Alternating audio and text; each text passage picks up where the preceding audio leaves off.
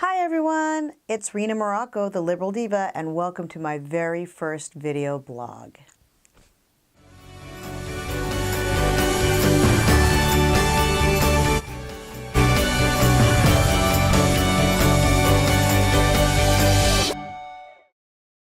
Welcome back.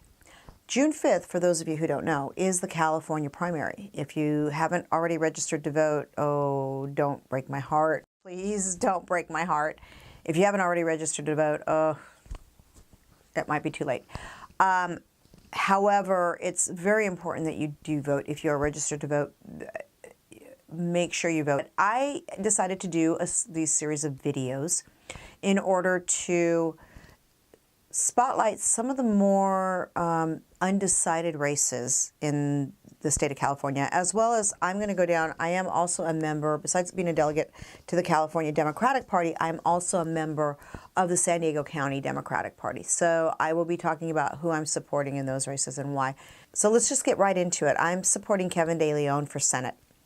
He's running against Diane Feinstein, who is the incumbent. She's been the senator for several decades. The last 2 decades, I've seen, and I'm sure you've seen if you've been paying attention, that this country has slowly but surely been going over a cliff, heading towards a cliff and going over it.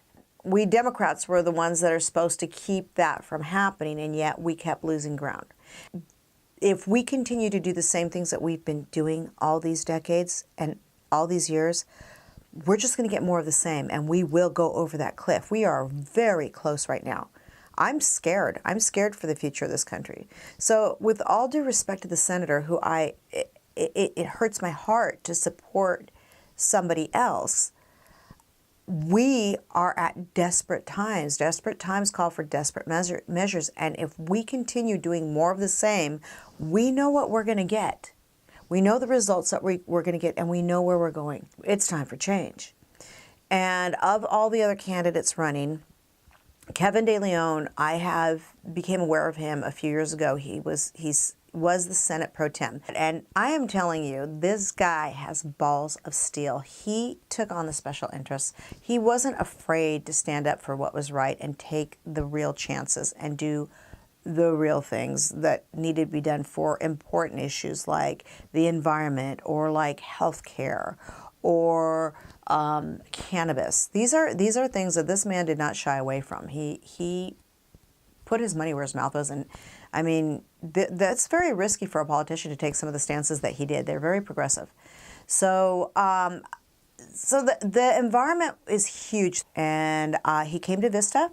He came to our Revolution meeting in Vista at my local library. That's my hometown where I live, and he let me talk to him. So I'm just going to let you decide for yourself. You can hear it from the horse's mouth. Well, a couple things. One, I want to say thank you very much. I'm honored to have this opportunity to speak with those who follow you. And I can say that we all believe in freedom, the freedom of from fossil fuel dependency. And we should move forward a 100% clean energy future for our children, for ourselves. The right to breathe clean air into our lungs, the right to pay less, for our utility bills. And right now, SB 100, we passed it in the Senate. It was a great vote in the Senate. It's in the Assembly now, and we're trying to negotiate with the Assembly leaders right now. We're just one step away from having a full vote on the floor. But anyone that our folks can do to help the Assembly convince and persuade the Assembly to have that vote on the floor would be a huge benefit to all of us in California who believe strongly in 100% clean energy. I'm the author of Senate Bill 350, which is 50% clean energy by the year 2030. And that is law of the land of California. And as a result, we have helped clean up our air.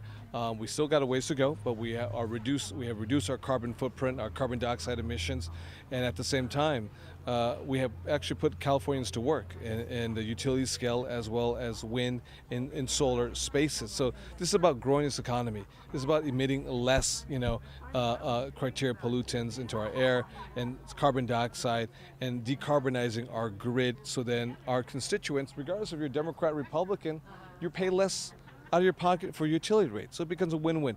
We in California should lead the nation and lead the world. I agree. See why I'm supporting him?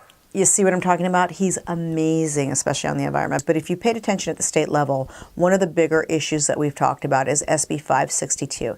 SB 562 is a Medicare for All bill that if the state of California passes it, will have some amazing results for everybody. Kevin De Leon fought tooth and nail for that bill. He fought to get it passed, and it passed the Senate. It got to the Assembly, and it stalled out in committee. And a lot of politicians for this race are keeping it there. But I want you to meet Kevin De Leon, the guy that put a lot on the line to get that passed. And this is what he has to say about healthcare. Let's talk about healthcare. Your position on healthcare. If you're going to be elected senator, that's going to be a key issue. Is single payer healthcare, single payer for all? Is that something that you support? Well, I have said publicly to the country via a press release that if I'm given an opportunity to be the voice for California, representing us in Washington, that I will sign up for Bernie Sanders' Medicare for All. It's a healthcare system that Americans across the political spectrum largely are deeply satisfied with. This is something that can be done because we have a system that currently works. I was the one who got Senate Bill 562, single payer, out of the Health Committee, the Appropriations Committee, off the Senate floor. Unfortunately, that too is in the Assembly too, hoping to get a vote too, But these are issues that I care deeply about. We have 3 million Californians, even though we've done a really good job with ACA in California. We have 3 million Californians who have no access to health care. We have millions more who do have coverage, but however, their co-deductible payments, out-of-pocket expenses are way too expensive in correlation with what they make on an annual basis. No family should ever have to go bankrupt because they need access for health care for their children. And I believe that we're the only nation in the world who spends more money than any other Western nation, but gets so little from it. We pay universal health care prices, but we don't get the benefits of universal health care. Boy, I know that because I'm a cancer survivor, so I totally know that. You see what I'm talking about? Do you see why I'm so excited about him? Isn't he awesome? He's so awesome. I'm excited. And then finally, I got a chance to ask him about cannabis and where he stands on that. That's believe it or not, it shouldn't be a very controversial issue because it is the law of the land. We need people in the federal government who are going to go along with a complete decriminalization. The cannabis climate is crazy right now because the states are doing one thing and the federal government is saying another thing. And the cannabis laws are insane because the laws that outlaw cannabis, make no mistake about it, it's to feed the prison industrial complex. That's all that's about. But anyway, Kevin De Leon talked to me about that, and you're going to be very pleased. If you are like-minded like me, you're going to be very pleased with what he says. So here he is on that. Let's talk about something that we didn't touch on inside the cannabis issue. Yes.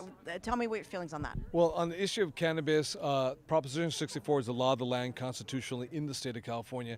Therefore, what that means is we go a step further from medicinal use of cannabis. Now we go to the recreational use of cannabis, which I'm a supporter of. I think we have to decriminalize, the justice system and the horrible things that have happened to many Californians, but especially those who are the poorest and those of color, black and brown, members of our larger community here in California who have been imprisoned because of the consumption, because of the purchase, because of the sale of cannabis.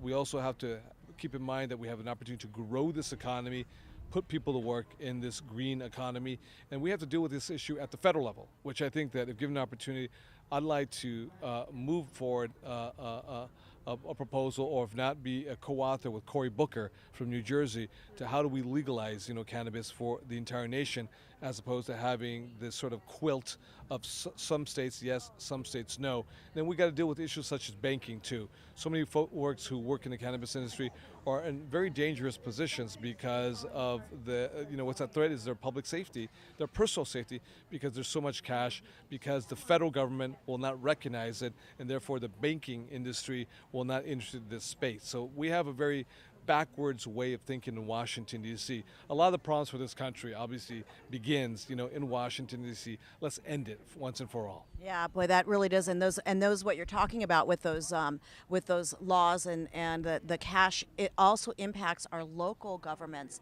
because they're the ones, those police forces that are already taxed. They have to come up with the dollars to actually help enforce the crime that goes. So, yeah, again, we're like the see, this is why I support him. That is Kevin De Leon, and so you can see why I'm supporting him. He just his position on the environment, his position, his complete acceptance of healthcare, and the way his common sense approach to cannabis. I don't see how anybody wouldn't support him. So Kevin De Leon checks all the boxes, and so I just hope you will join me in supporting him. So I hope you enjoyed my very first video blog, I guess you call it, vlog, for the Liberal Diva. Leave your comments below. If you liked what you see, give me a thumbs up. If you want to subscribe.